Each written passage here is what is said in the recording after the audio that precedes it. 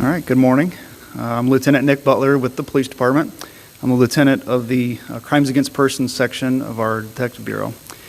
And I appreciate letting me talk this morning. I just had a few updates on the Tunis Lomax homicide, which occurred in August of 2022. So I'll give you a little backfill information to make sure everybody's understanding the case that we're talking about. Then I'll provide you with some details that led to the arrest of 4 subjects yesterday throughout the day, and then we'll take some questions at the end. So as a refresher, on August 20th of 2022, around 2 o'clock in the morning, officers responded to 1804 South Stephen Avenue, which is on the east side of Sioux Falls.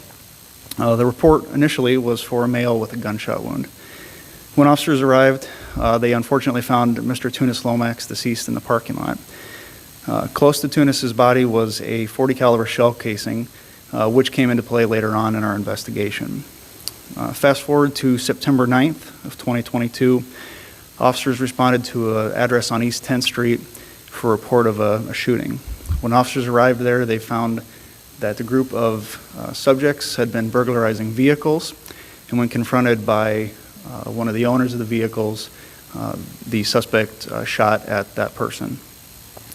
September 10th, the following day, the vehicle associated with that second shooting was located and a subject was arrested. Also inside that vehicle was a stolen handgun, same caliber as the shooting in the Mr. Lomax homicide. During an interview with the suspect from the second shooting, he had admitted that he had been with a Mohammed Hassan, date of birth 3/8 of 2004, and Salim Khalid Mohammed, 10/12 of 2004, and I can provide the spellings of those names later. He had been with those subjects both before and after the shooting on September 9th. Through the course of the investigation, it was learned that the firearm that used in both shootings had been purchased from Salim Mohammed about 2 weeks after the murder of Mr. Lomax in August. During conversations and the purchase of that firearm, Salim admitted that he had used that gun to shoot Mr. Lomax in August.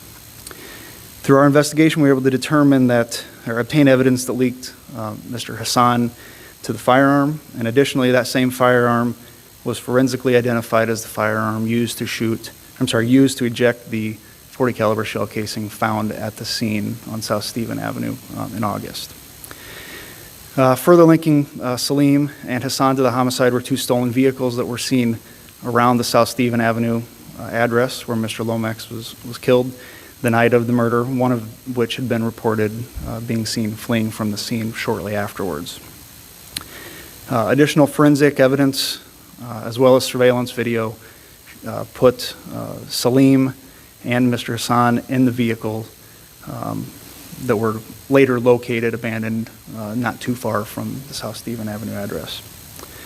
Additional forensic evidence located inside those vehicles related Mustafa Salih, date of birth of January 1st, 2003, and Hamza Hassan, January 1st, 2004. They were also had forensic evidence inside that vehicle.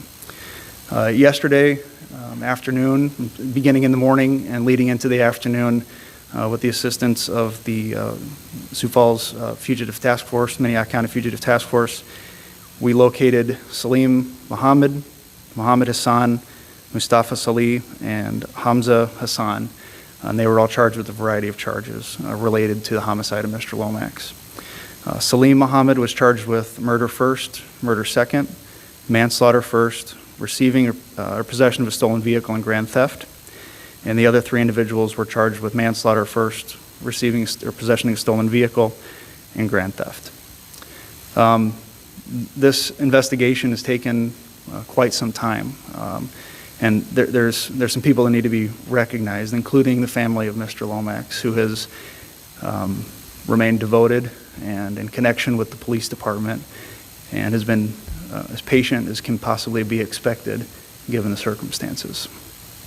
The detectives that have spent the last 8 months every single day putting time and effort and their heart into this investigation need some recognition as well, along with other divisions of our Detective Bureau, our patrol officers who did a good job investigating in the very outset of this incident. And of course, the sheriff's office who assisted us in rounding up these individuals once we finally came to a conclusion here. I'll take any questions at this point that you might have. How did it feel to finally have arrests? I'll tell you, being a part of a team that is, again, exerted so much effort and so much emotion into this case, watching them work and be successful and continue to be committed is fantastic. I can only imagine that it pales in comparison to the feeling that the Lomax family has to finally have some justice for Tunis. And it's a great feeling. It's a great feeling. Sometimes these investigations take longer. We have historically been very lucky to have a lot of our homicide investigations wrapped up in a fairly short amount of time. But when we don't have any suspects in the very beginning, and this is a ground-up investigation, the work that these detectives have done is nothing short of amazing, in my opinion. Or could you tell us any known motive?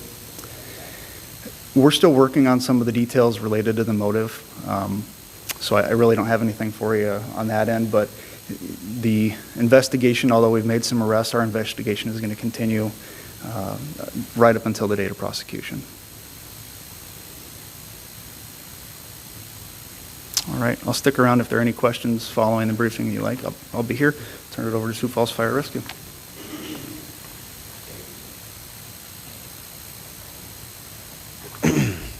Good morning, everyone.